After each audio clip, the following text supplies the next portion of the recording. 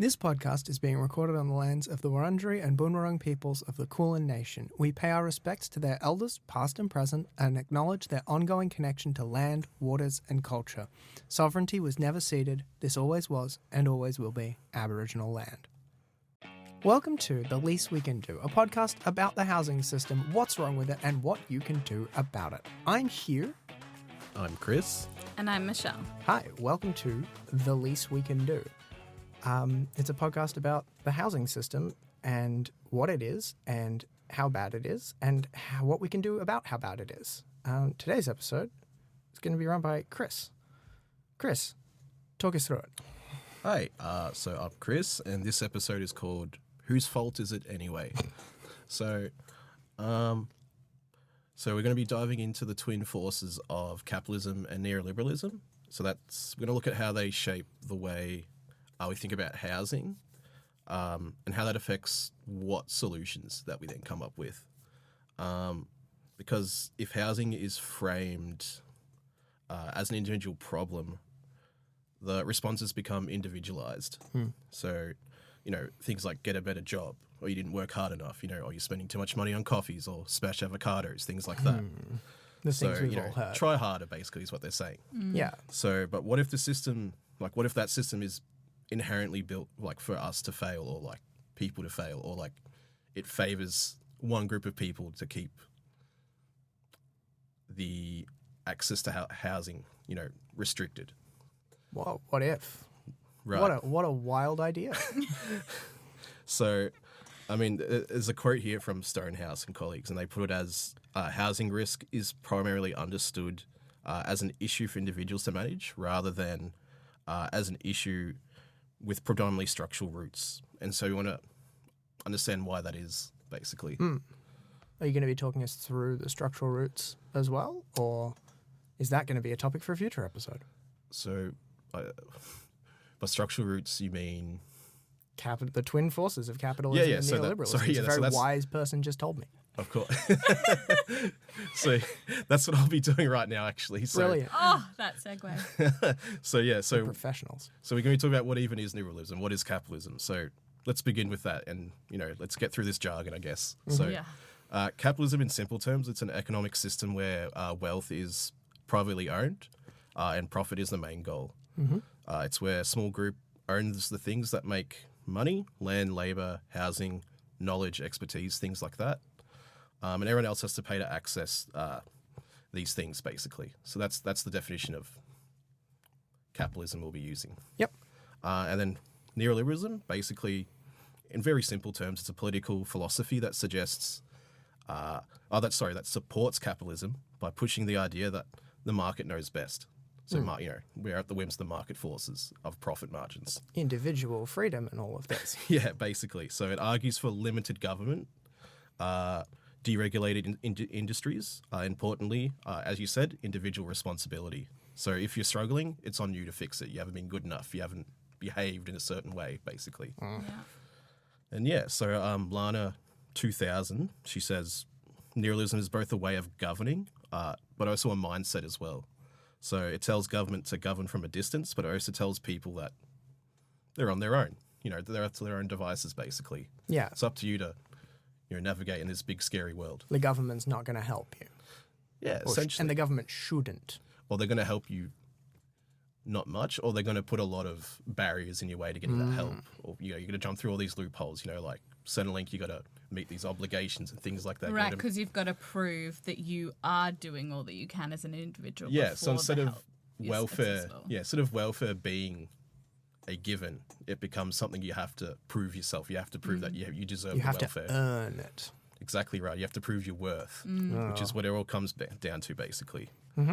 So this ends up, under neoliberalism, it ends up social problems like homeless become personal problems. So if you can't afford rent, didn't work hard enough, and if you're on a waiting list, maybe you just didn't plan ahead, properly enough. You should have known the waiting lists. Yeah. You can predict macro forces in the world. I think people are famously good at doing. Yeah, yeah, exactly. Economists are so good at it themselves, right? Yeah, it's a real profession.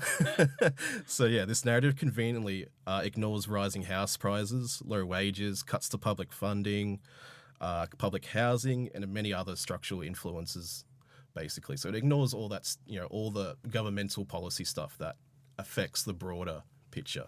Yeah. For people, to access housing. So if you take the example of Victoria's 2023 housing statement, it proposes demolishing 44 public housing towers, which will displace roughly 10,000 residents. Jesus. And building new mixed developments. Mixed developments. Yeah, so like business, how those new apartment blocks have like business on the bottom. Oh, okay. Yeah, I see. so like a 7-Eleven on the bottom, and there's apartments on, like the student lodge, basically. Yeah. So, but those are going to be. You're probably about to address this. Those are going to be public housing still. No. So the kicker is they're going to be social housing.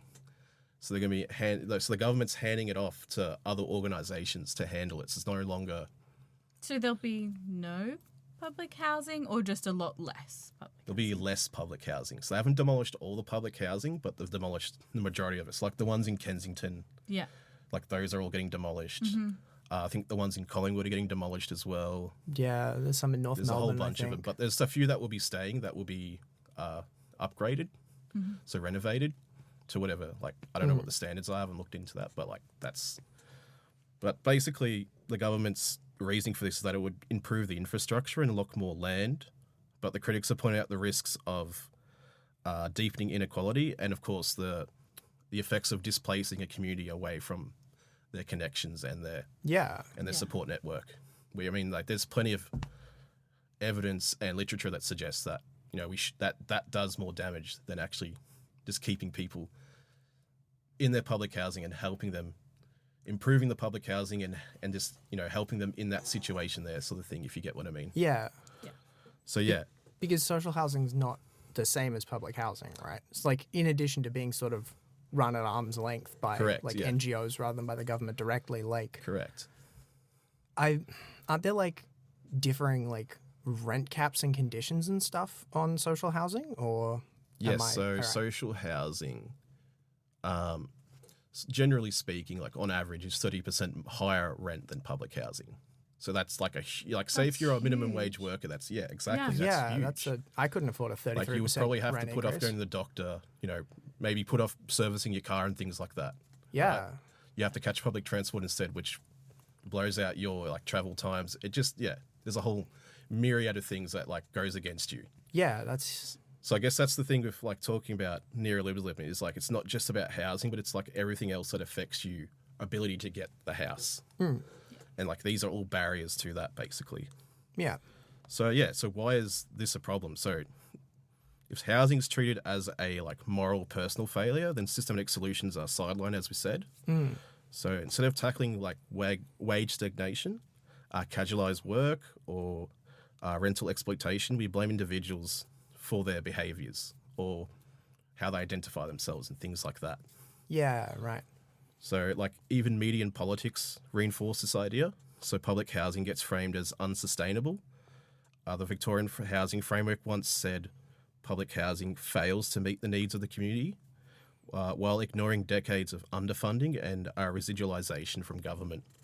Yeah, because, like, I used to live right near the public housing towers over in Richmond, and, like, those look straight out of like 60s architecture photos. Right? Correct, yeah. They haven't been updated. They haven't been upgraded. There hasn't been any money put into them. And I guess the other thing as well, like the people that, like the agents that go out and check the house, like they're not doing a very good job as well. Like I've heard stories about how people's mail gets stolen and things like that. Jeez. Or people will take over like an apartment, and they like the people that are actually meant to be there get kicked out, and the government does nothing about it. So these are things like they've just left these houses to be like swept under the rug. Yeah, basically. when the government's saying like public housing is failing to meet people's needs, it's like the fucking image of the oh my god, I wish you would leave guy in the banana suit being like, we're all trying to find the guy who did this.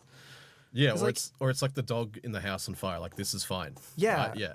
That's basically, and then like they use that to reinforce like, oh, we should slash funding to public housing, but they've created the problem themselves. They're like, oh, it's not working because we made sure it wasn't going to work. Yeah. So it's a bit like, they're construing this problem into something that it's not It really isn't like a problem. Like if they actually addressed the root causes, right, they could make public housing more efficient. But rather than fixing it, they're like calling it a failure. And Yeah. changing the model. And this goes back to like neoliberalism wants to like promote the private enterprise, right? So they're handing it off to like either private companies or non-for-profits and things like that, which have much looser laws, as we discussed with the rent capping and things like that. And tenant agreements are much more in favour, like for landlords, building managers, rather than the tenants. Once you go down the social housing path and the private housing path, and hence like the 30% increase in rent, because that's where that kind of cost. Yeah, because now they're looking at making a profit rather than looking at the human benefit, right? Yeah. Yeah. So part of this as well, like we're told private housing is more fair, modern or safer.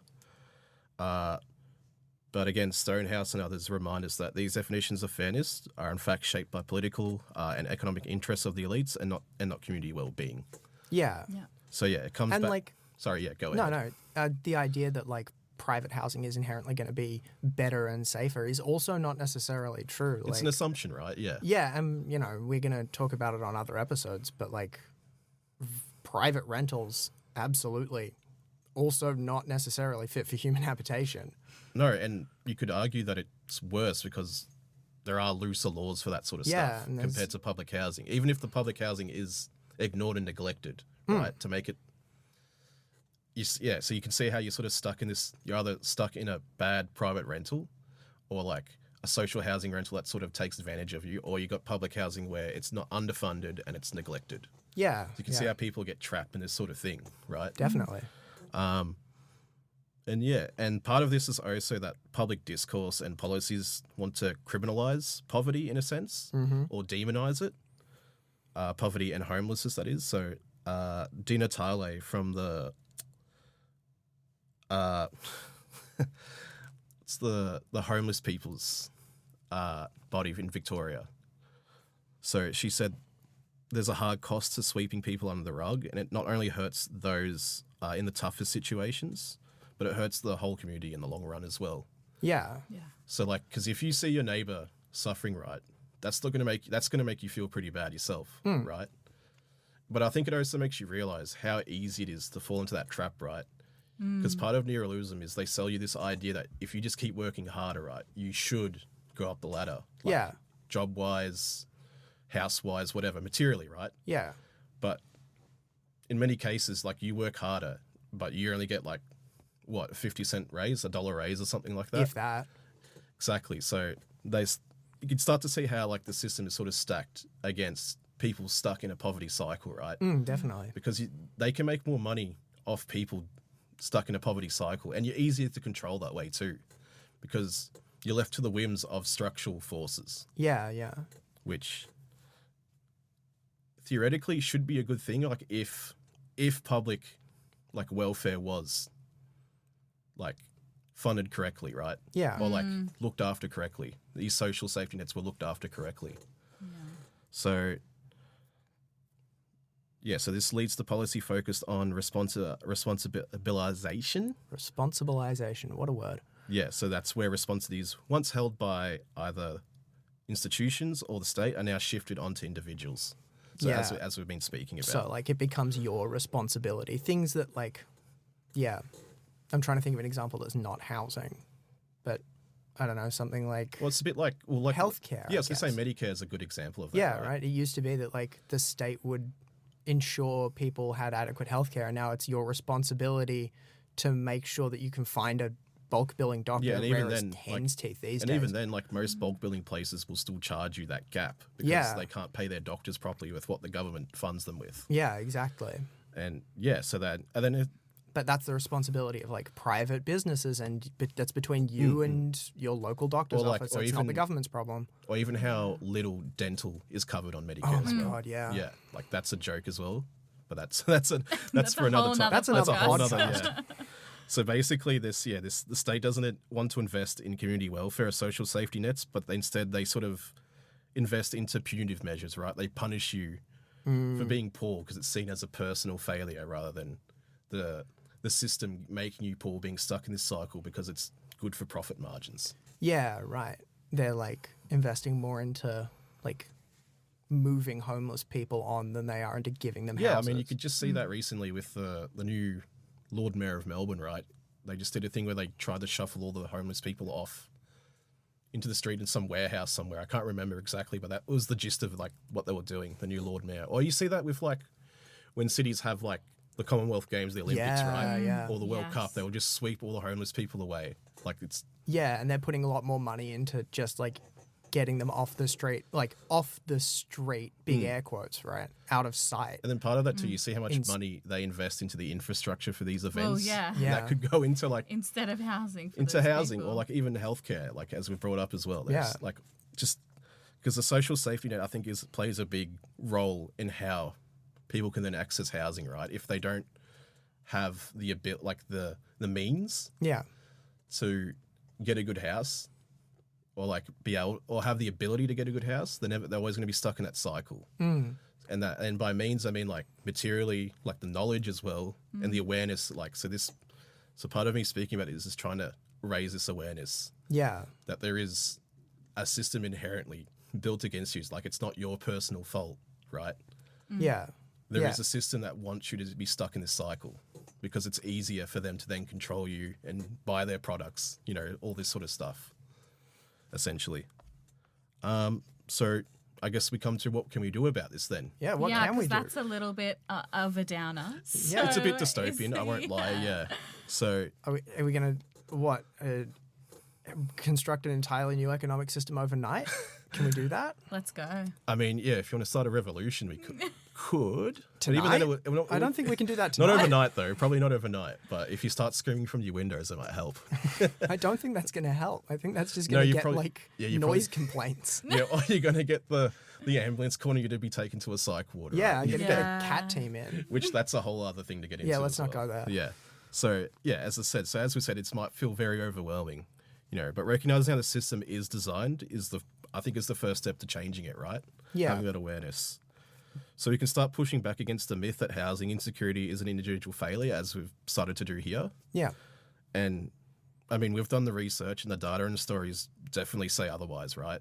That it's not absolutely. People failing, it's... Systems failing. The system's broken, yeah. Like, it relies on luck, basically. You have to get the luck of the draw. Like, you have to be lucky to get a good caseworker, right? That hasn't been overworked by the system, because that's part of it as well, that all these people that want to help, have good intentions, are like stymied by the system because they're bound by the laws, or they're bound by the fact that they're underfunded themselves as well. Yeah. So the data says it's a systemic issue and a society-wide failure from basically born out of neoliberal and capitalist ideals of what a society should look like, or what a good citizen should look like, right? Yeah. Or should behave. And like neoliberal principles of government. Correct. Yeah. So firstly, we can support collective responses by supporting strong public housing, tenant protections, and advocating for policies that put people first before profit. So you can do things like speak to your local PM, you know. MP. MP, yeah, sorry. No, you're a local PM. I mean, you could try messaging Albo on Instagram if you really wanted to. I don't think he's going to respond though. Probably not. He's busy off in Singapore or something. Jeez. But yeah, what you do is you should get in contact with your local MP. Maybe you and a group of people who have been affected by this. I think because the more numbers you have when you contact your MP, the more likely they're going to listen and make a fuss about it in Parliament for you. Yeah, sure. So I think that's a good way to do it. You could contact groups like the Renting and Housing Union, Rahu, so they will advocate for you and help you with other sort of things as well, like if you've got things damaged in your house. Yeah. So they'll advocate for you, as well as they'll get people out to help you move in and out and things like that as well. That's nice of them. Okay. You can contact other advocate groups like Tenants Victoria.